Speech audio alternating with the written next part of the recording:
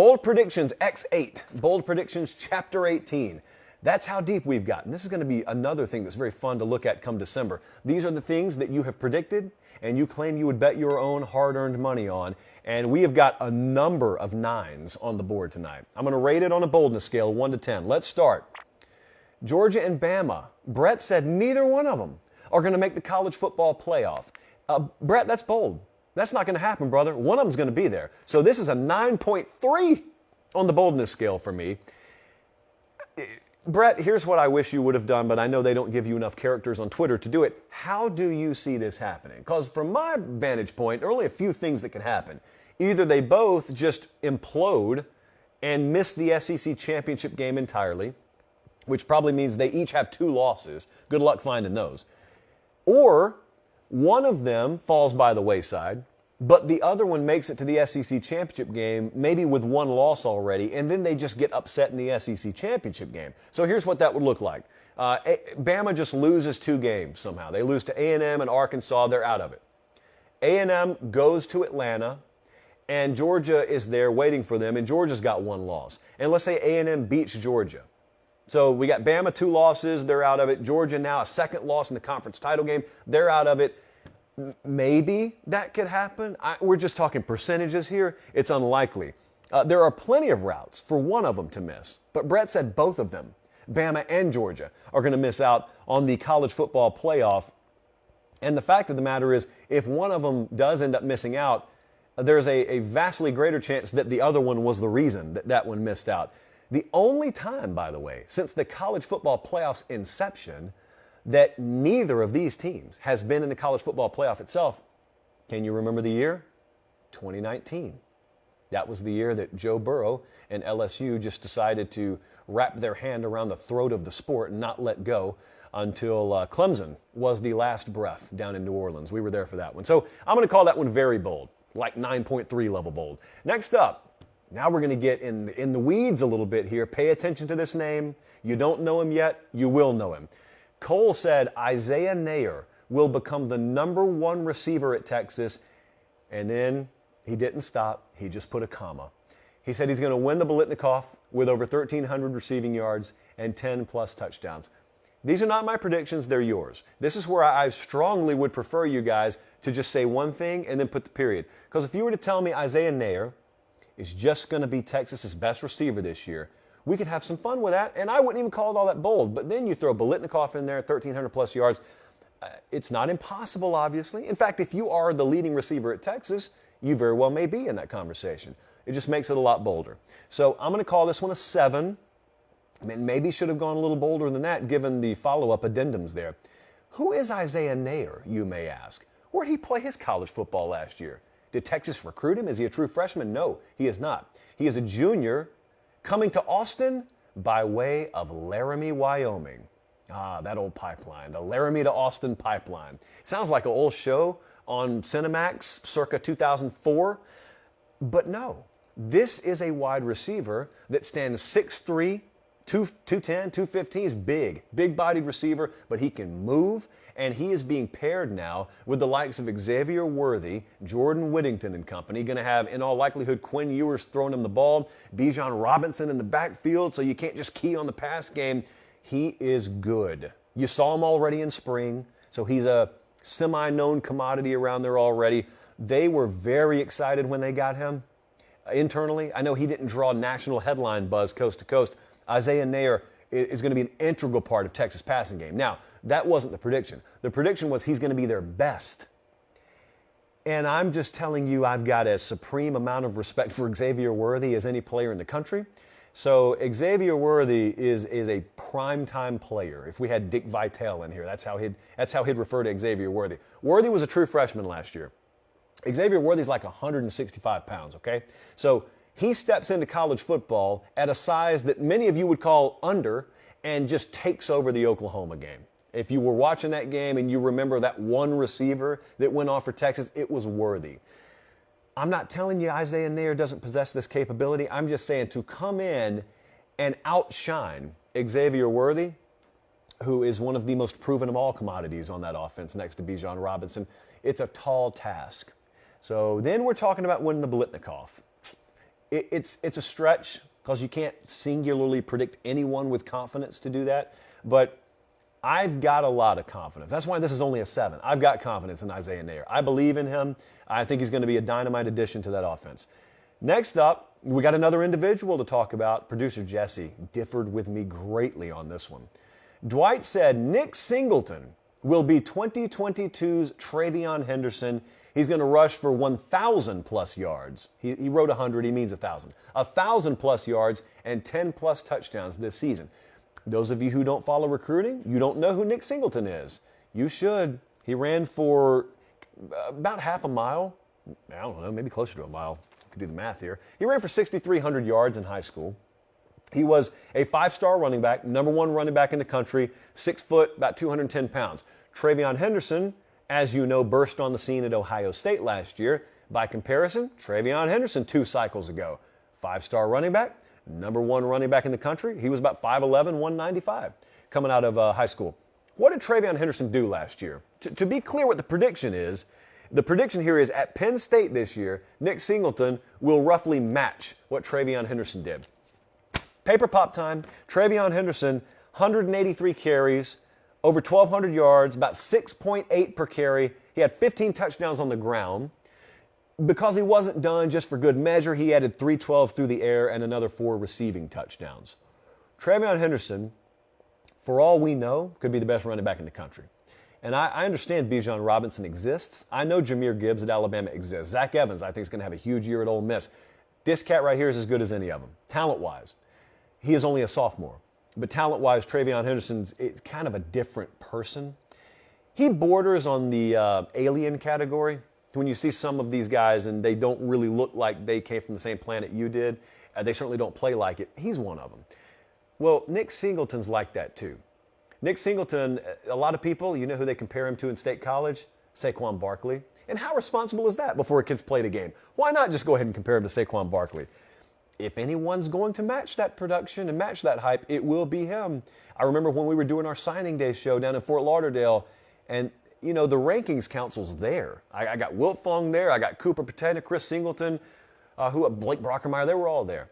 And there's some guys who, even if they have 5 stars next to their name, there's still a little trepidation in the voice when we're talking about how they will project and eventually develop and produce at the college level.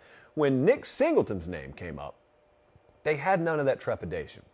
It's as slam dunk a prospect at his position as they saw in the class. There's just not much guesswork about his game. So Nicholas Singleton's going to come in. Now, there are backs in front of him right now, but the smart money around Penn State is kind of like with TreVeyon Henderson last year.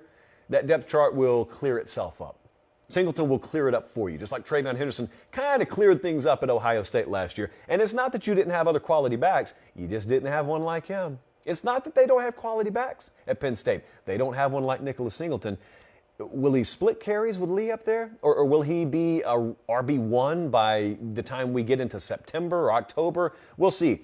But unlike TreVeyon Henderson last year, Nicholas Singleton's not walking into a situation where you've got All-American racehorse future first-round draft picks at wide receiver to the left and to the right and on the bench, quite literally. So he's going to have to shoulder a lot more of the load. They will key a lot more on the run game up there. Keep in mind, they struggled mightily to run the ball last year. Did not have a 100-yard rusher in a game at Penn State last year. So a lot of things have to change. I think it's a tougher task for him to do that this year than for TreVeyon Henderson to do what he did last year. So I'm calling this an 8. But it's not because I don't believe in Nick Singleton. It's just because I know what TreVeyon Henderson did last year is going to be really tough to duplicate anywhere, especially at a place where everyone already knows what's coming before the ball is snapped. Next up, oh, by the way, before I read Jacobs there, when we were going over Singleton's stats out earlier in the, we'll just call it the bullpen out there, and producer Jesse told me he had 6,300 rush yards in high school. I said, whoa, man, isn't that close to a record? Pull up Derrick Henry's rushing numbers. Henry had 12,124. That's the all-time high school record. So Nick Singleton runs for 6,300 yards, and it's just over half of what Derrick Henry had down at Yulee. They might well have just played Sarah McLachlan over the loudspeakers in the stadium when Derrick Henry did what he did to those children. Because Henry was already his size now as a senior in high school, and the other kids were just that, high school kids in lower caliber ball in Florida. Sarah McLachlan special is what we call that. Next up, this one's bold too. So Jacob says no Big 12 team, no Big 10 team in the college football playoff. You just got a hard time selling me on this. This is a 9 on the boldness scale. It's never happened in the history of the playoff. Both of these conferences at the same time have never missed out. Now, here's what you can do. You can sell me pretty easily on the Big 12 missing out on the playoff, because we have a very limited pool of candidates with which to choose from. Oklahoma is the preseason favorite there, but even Oklahoma, in terms of national championship odds, the Sooners are plus 3,000 to win the national championship. So yeah, it's not out of the realm of possibility that this conference alone misses out on the playoff. After all, there are only 4 spots.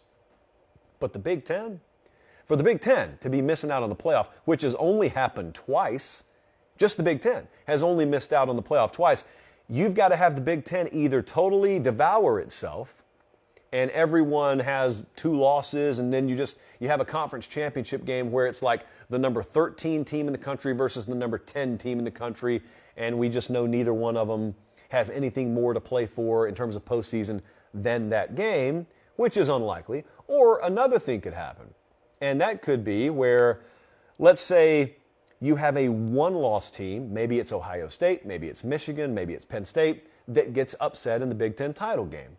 How would that look? Well, let's say it's Ohio State. Let's say Ohio State's a 1-loss team. They slip up in East Lansing or they slip up in State College or Michigan beats them, but they're in the Big Ten championship game.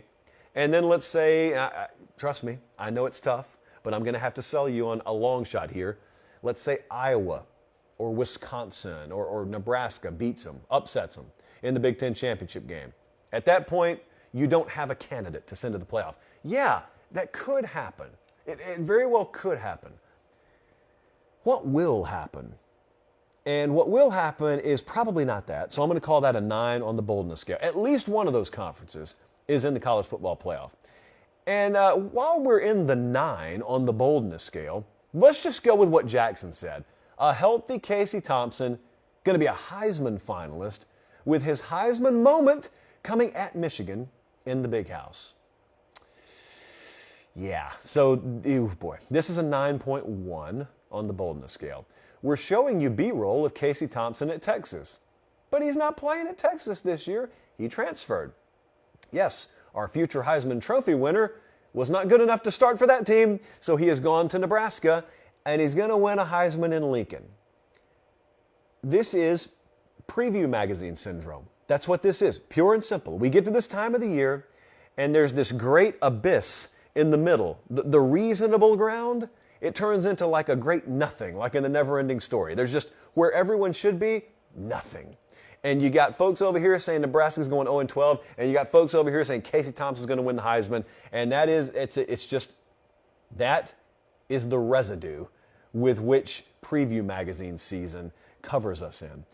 Casey Thompson's not winning the Heisman. Casey Thompson and Nebraska can have a very good year this year.